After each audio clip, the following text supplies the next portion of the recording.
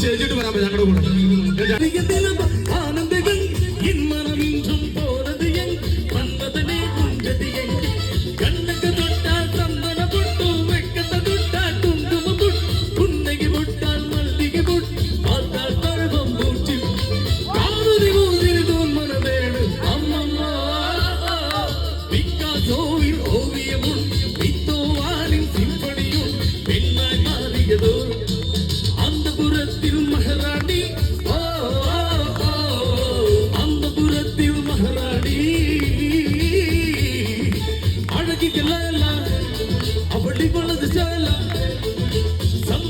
തെളിയിച്ചുകൊണ്ടിരിക്കുന്ന ഞങ്ങളുടെ അനുഗ്രഹിക്കുന്ന കലാകാരന്മാരെ വേദിയിലേക്ക് സ്വാഗതം ചെയ്യാണ് ടീം ലക്കി സ്റ്റാർസിന്റെ കൊമേഡിയൻസ് പോൾസൺ ബാസി ടീം അണിയിച്ചൊരുക്കുന്ന ഒരു വെറൈറ്റി കോമഡി സ്കിറ്റിലേക്ക് നിങ്ങളുടെ ശ്രദ്ധയെ സ്വാഗതം ചെയ്യുന്നു. Variety comedy skit.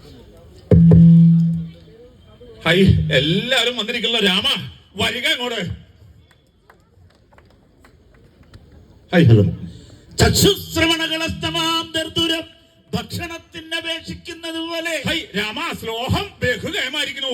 ആട്ടെ, ഇപ്പൊ ഈ ശ്ലോകം ഇവിടെ ചെല്ലാൻ എന്താ കാരണം ഉണ്ടായേ? എന്റെ തിരുമേനി വല്ലാത്ത ഇല്ലത്തെ എങ്ങട്ടാവാ ഊണ്? ആയിക്കോട്ടെ, ഇല്ലത്തേക്കിന് എത്ര ദൂരം ഉണ്ടാവും? 10 അടി കൂടി നടന്നാൽ എന്നെ ചെത്തും. തിരുമേനിയെ ചെത്താൻ തിരുമേനി എന്താ വല്ല ആപ്പിളോ പൈനാപ്പിളോ വല്ലോ? എന്നെ ചെത്തുന്നില്ല, എന്നെ നാഷണൽ ഹൈവേ എത്തുന്ന. നാഷണൽ ഹൈവേ നടക്കില്ല. ഏതായാലും ഇത്ര ദൂരം നടക്കണല്ലേ? നമുക്ക് കൂത്തന്നോടെ ബാരിക്കേഡ് 2 പെഗ് കഴിച്ചിട്ട് പോയാലോ? ശിവ ശിവ, എന്താ ഈ പറഞ്ഞ മദ്യപിക്കുക? ഈ മദ്യം എന്ന് പറഞ്ഞ എന്താന്ന് രാമൻ അറിയാവോ? കുടിച്ചു കഴിഞ്ഞാൽ തലക്ക് പിടിക്കുന്ന ഒരു പനിയല്ലേ? വഷളത്തരം പറയാതിരിക്കുക.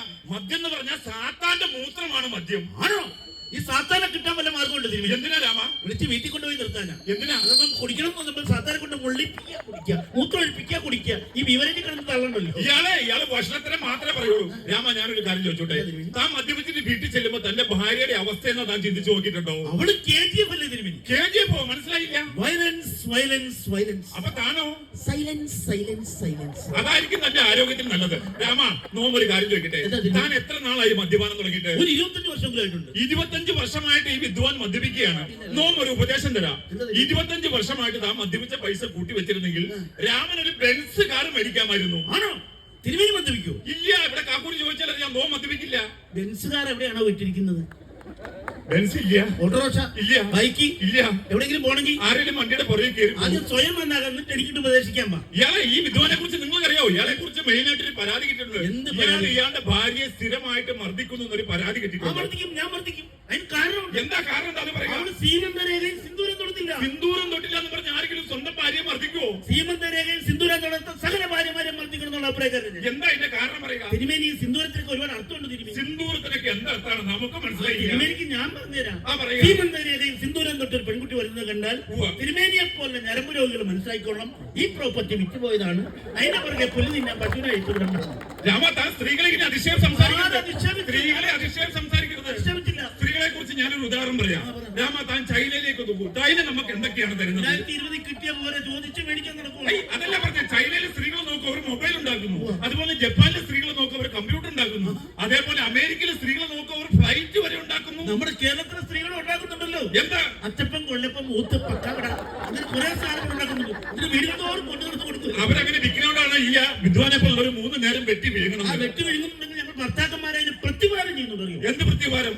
നമ്മുടെ ഭാര്യമാർ തൊഴിലുറപ്പിന്റെ പണിക്ക് പോകുമ്പോൾ ഞങ്ങളുടെ ഫുഡ് സെറ്റാണ് ഊരി കൊടുക്കുന്ന അട്ടടിക്കാതിരിക്കാൻ. എന്നാൽ ഈ വിദ്വാന് പണിക്ക് പോകാൻ പറ്റില്ല. പണിക്ക് പോകാൻ പറ്റുന്ന കാര്യമില്ല. നടക്കാൻ കൂടെ ഇവിടെ ഇരിപ്പുണ്ട്. അറിയോ ഈ വിദ്വാനെ? അറിയോ? ഈ വിദ്വാന്റെ പണി എന്താ തിരുമേനിക്ക് അറിയോ? എന്താ രാമ? കഴിഞ്ഞ ദിവസം വാട്സപ്പിലേക്ക് ഒരു മെസ്സേജ്. എന്താ? ഹണീബി ഉണ്ട് പെട്ടെന്ന്.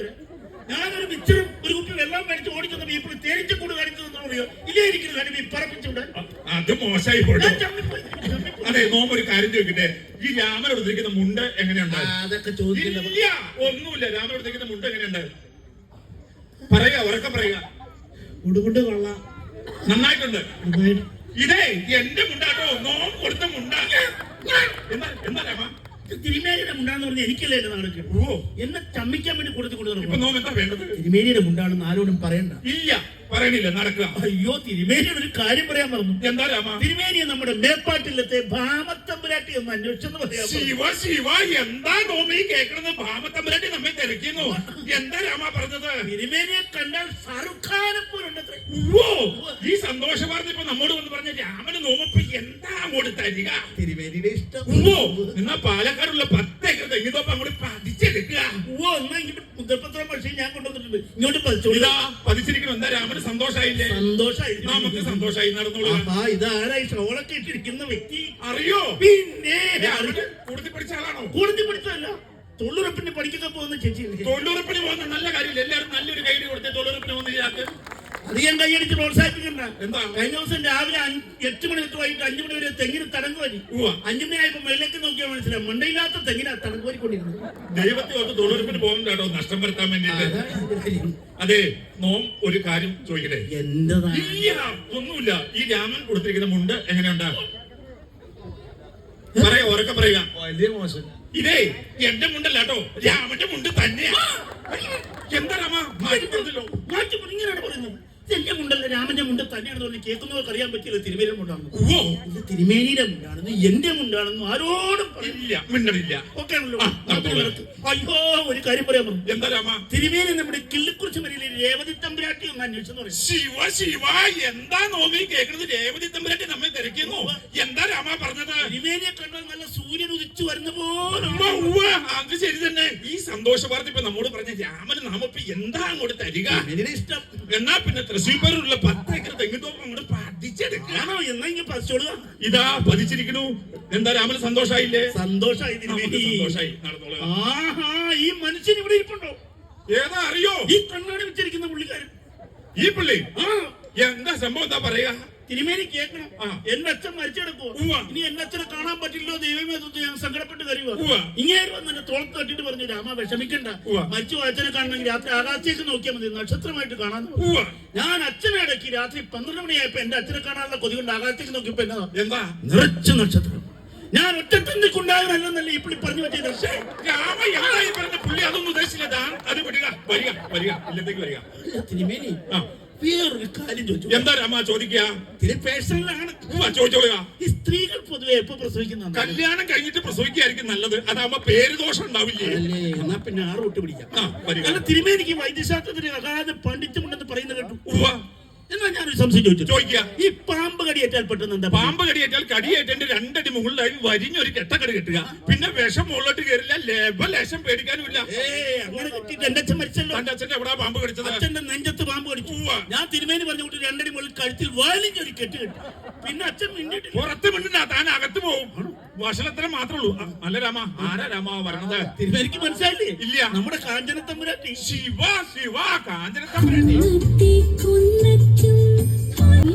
രാവിലെ ഇത് എവിടെ പോയതാണാവോ? അർച്ചന നടത്താൻ അമ്പലത്തിൽ പോയതാ. അച്ഛനെ നടത്താൻ എന്തിനാ അമ്പലത്തിൽ പോണേ? മുറ്റത്തൂടെ തെക്കൂടൊക്കെ നടത്തിയാ പോരെ? ഓ എന്റെ രാമ, അച്ഛനെ നടത്താനല്ല അർച്ചന നടത്താനാ. നടുക്കൊരു ഇറുണ്ട്. ഈ വേഷം കാഞ്ചനത്തമ്പുരാട്ടിക്ക് നന്നായിട്ട് ചേരുന്നുണ്ട്. ഇല്ലേ രാമ? അതെ അതെ, കാറും പാട്ടൊക്കെ തീ പിടിച്ച പോലെ ഉണ്ട്. രാമ, ഈ കാഞ്ചനത്തമ്പുരാട്ടിന്റെ അടുത്ത്